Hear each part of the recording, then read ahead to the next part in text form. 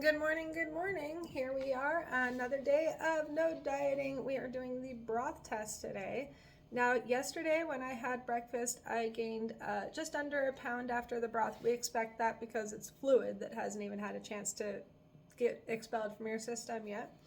Today it was a little bit different. Now I might have drank some more water or something because obviously the pounds don't come from nowhere. It was 1.6 pounds after broth, the same amount, non-organic. However, obviously this is just the beginning of the day. It's just one bowl of broth. We're going to look at overall day results. And then what I'm probably going to do just to solidify those results is switch to organic free-range chicken for a little while, like a week or two or something at least, and then try to throw in a non-organic chicken meal and see if that affects, suddenly if I blow up or something like that. That's going to be a better test. But today I had the two bone broths, so I figured I'd do a back-to-back comparison. I did also notice that there was just like a little bit of weight gain because of all the carbs and stuff added, but I want to make sure I incorporate carbs in my diet. I don't need to eat them all the time. I don't need to even eat them every day if they're going to do that to me. But I do want to have good carbs when I can. That's why I went with the purple sweet potatoes. I was specifically going after different vegetables for different nutrients that I wanted. So if you ever see something where it's like, oh, purple sweet potato, you can't stand those, I would just swap it with a different kind of sweet potato, squash, or some kind of, maybe more starchy vegetable. And that's just for the to satiate myself.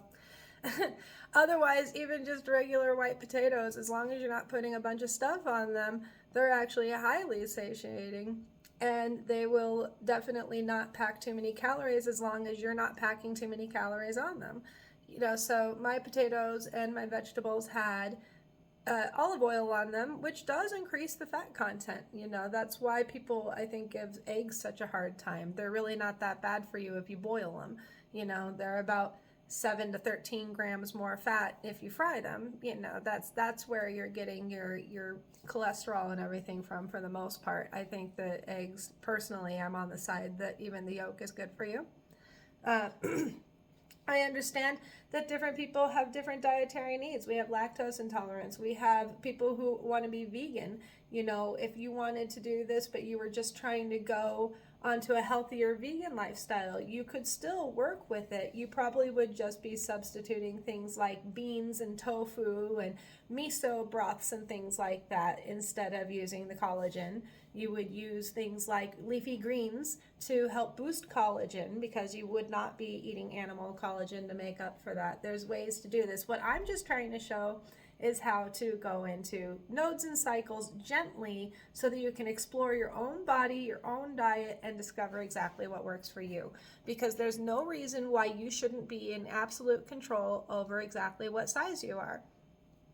So today is going to be a repeat of yesterday, and I'm going to be pretty active. I've been working on some mobility exercises for myself. I've been working on resetting my parasympathetic system anytime I notice that there have been stress or anxiety. I've been trying to activate it even when it's not a food issue, but definitely around the food issue since that's my subject right now. I've had a couple different times where I've basically just had to talk myself down from those trees. And I didn't even realize I was building a fort up there, but apparently that's where my life has been for a little bit.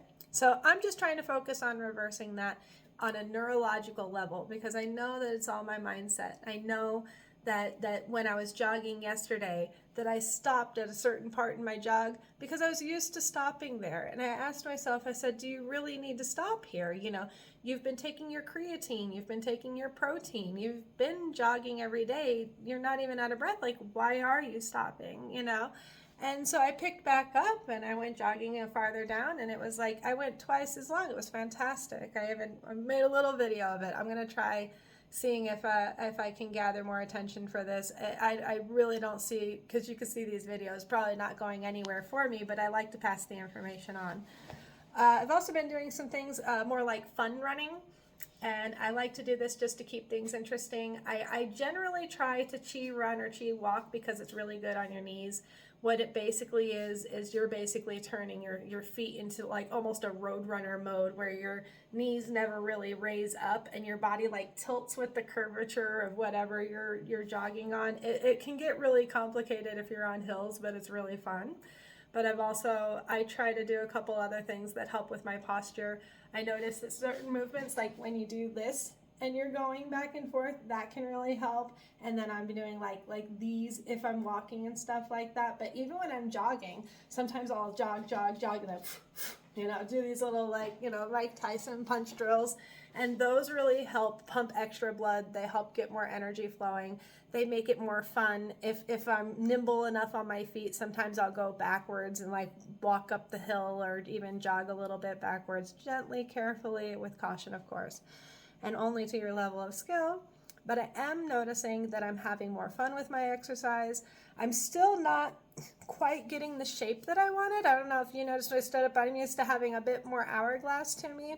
So I'm focusing now on really getting into that yoga. I think I kept mentioning, I'm going to do my yoga every day. Oh, okay. Yeah, I'll believe that when I see it too. So I'm trying, my main goal now that I'm out of the calorie deficit nodes, I'm back into my carbs, is to also get back into gear with some of my more technical workouts. I know that I need to get into the yoga. I know that if I just go back to eating the way that I was, even with the cardio, it'll all come back and I won't lose any more weight. And I'm actually trying to lose more weight. Now, I don't have time to do another fast because calorie deficit takes away energy, and I actually need days off in order to do that. I don't really have those days off, but I still would like to mess around and lose some pounds. I know that if I go onto a keto diet, I know that I'll lose weight.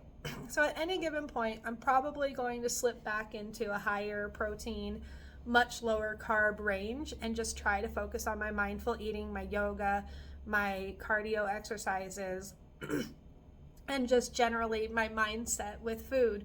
But I think this weekend I am going to go ahead and do my cream fast, where I do one day, like Saturday or something, where I just have heavy cream, and then I'm going to switch to like a pretty low keto after that, just to kind of see if I can kick in the fat loss the other way around. We've already done the full-on calorie deficit with fat loss deficit, carb deficit and everything. We're still going kind of carb deficit. We kind of know that that's where some of that easy stored fat comes from, at least for me. Again, this is going to be different for every single person, so always go with what works for you. So I'm going to go into more of a high density protein to see if I can, without any kind of deficit, not that I won't still do fast for the autophagy, but without any deficit, can I just continue to see weight loss? So after we're going to be doing this test here, we're going to be continuing on with the organic chicken test on a long-term scale, but now we're going to throw in dairy, and that's going to happen, let's see, today, actually Sunday will have to be the dairy fast, because what I was going to do is start, because I haven't had any dairy, with yogurt. And so I haven't decided whether it's going to be A1 yogurt or if it's going to be the 000 Oikos yogurts yet, but it'll be one of the two. Final confession, how am I working out my macros with each one of these little diets every day? How do I know what portions? How do I decide which yogurt? How do I decide which meat? I use ChatGPT. That's my secret. It works, and oh my goodness, have I ever got more tips on how to help you? But yeah, it is my little secret in my pocket. I use ChatGPT, and I will admit that there are some points where you have to be aware that you are in control of ChatGPT. Don't let ChatGPT, it'll get away with itself if you let it. But it's really a great idea engine for you to bounce off ideas with. If you have any idea of what you're talking about, ChatGPT can help round it out. Like if you just have a simple question, like how am I going to get higher protein in steak? ChatGPT is going to direct you to the sirloin and the fillets, because it's going to have much higher, it's something like 10 grams more protein per serving and much less fat than, like, say, a ribeye or something. So, ChatGPT has been a really, really helpful tool for me this whole time. And I do think I deserve to, or I think it deserves a little bit of a shout out from me, even though I'm in no way connected or sponsored by ChatGPT. I do believe that it's been an integral help for me with this diet journey. And cheers to that, guys.